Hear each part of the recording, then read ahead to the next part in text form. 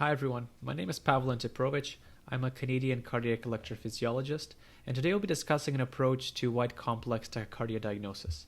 Now, the approach that I will introduce you to is used by cardiac arrhythmia specialists, and it focuses on understanding the arrhythmia mechanisms.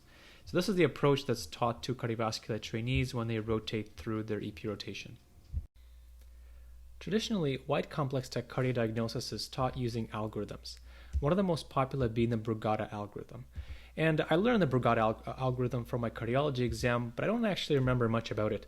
These algorithms are hard to remember and often require to make measurements and memorize numbers, which are hard to do, especially if somebody hands you an ECG to interpret. I'm going to show you an approach that doesn't require any measuring and is just application of basic arrhythmia principles.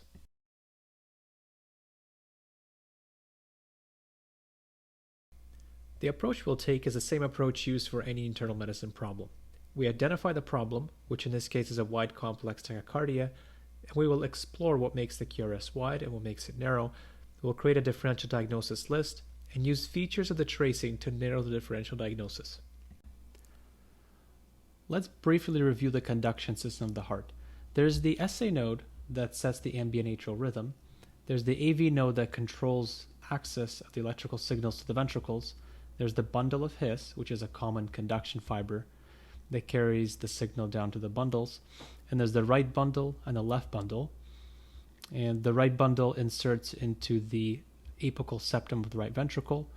And the left bundle activates the septum and divides into a left anterior fascicle and left posterior fascicle, which insert around the area of the papillary muscles.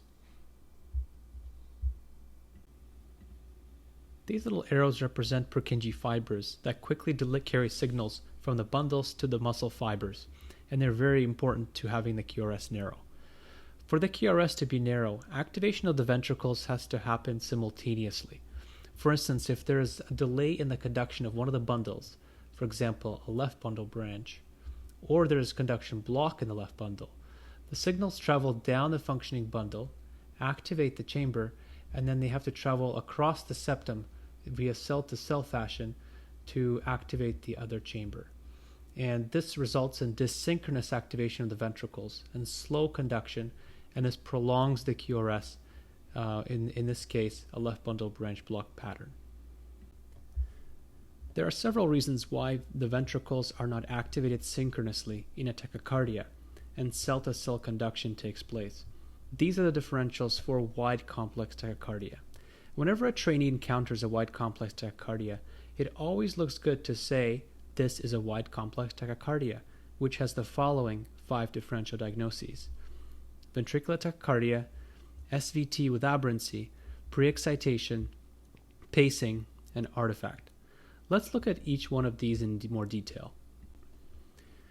Artifact is usually fairly easy to recognize, but it can sometimes be tricky. It's important to examine the tracing for an ambient rhythm within the noise, which is fairly diagnostic. In this case, I can see the ambient rhythm marching through the tracing. There's often a wandering baseline, unusually short, what we call non-physiologic intervals. It's also important to scan other leads that are recorded simultaneously. As you can see, high-frequency signals are seen in lead 2, but lead 3, which is taken simultaneously, shows sinus rhythm. This is an example of a tracing with noise that was marked as atrial flutter. As you can see, we can see these high-frequency signals in some of the precordial leads, but when you look at the other leads, it's clear that there's QRSs that are marching right through this noise. The second item on our differential is pacing. Pacing is often easy to spot because there is pacing artifact or pacing spikes. There are a number of reasons why a pacing device can pace quickly, which is a topic for another discussion. Pre-excitation is also on a differential for a wide QRS tachycardia.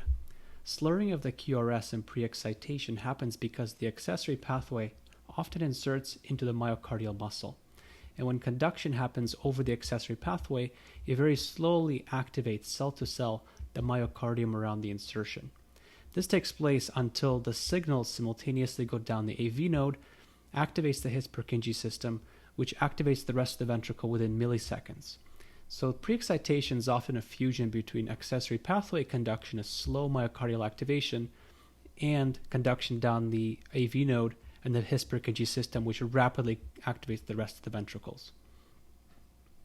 Any SVT, which is a tachycardia where the mechanism is entirely in the atria, including sinus tachycardia, atrial tachycardia, AV NRT, flutter, etc., can conduct down the accessory pathway and fuse down the node, or conduct fully down accessory pathway and become fully pre-excited. So this differential diagnosis is very hard for trainees to exclude.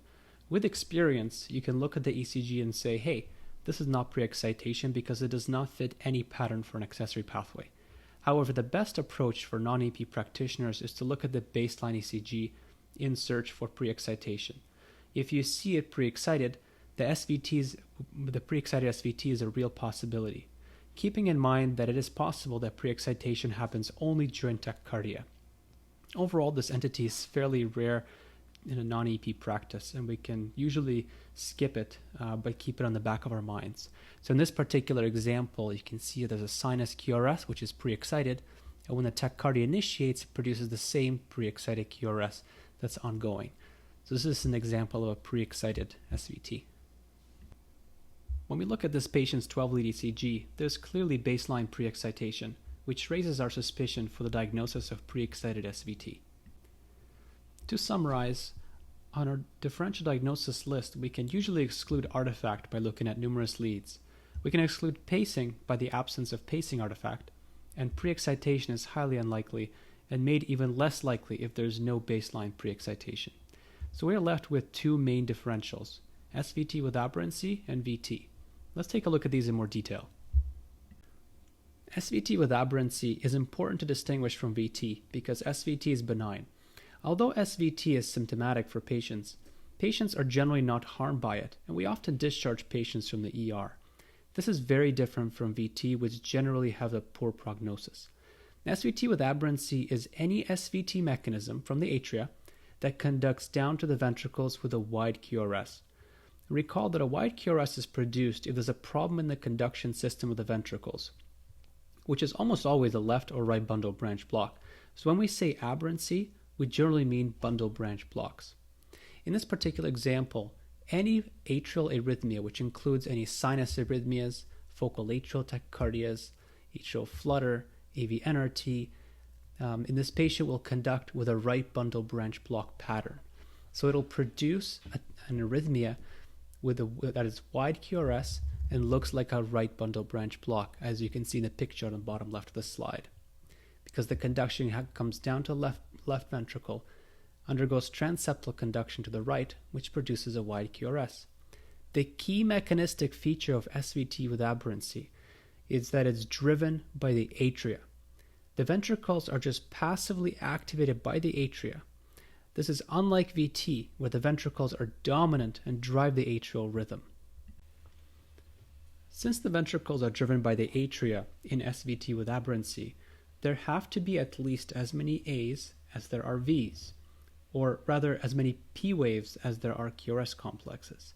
If there is more ventricular activations than atrial activations, then the ventricles are dominant and it's not SVT. This is the basis for AV dissociation, which we'll discuss later. The second feature is to look at the baseline ECG for baseline conduction abnormalities. Patients with SVT with aberrancy often have baseline bundle branch blocks and have a wide QRS to begin with. And when they go into SVT, the same wide QRS just becomes faster. However, it's important to note that some bundle branch blocks are rate dependent, and the patient may have a baseline QRS which is narrow, but develops a bundle branch block when the rate accelerates during SVT. The third feature is the initiation. If you see a wide complex tachycardia initiate with an early A, or a PAC, it is almost certainly SVT, because VT almost never initiates with a PAC.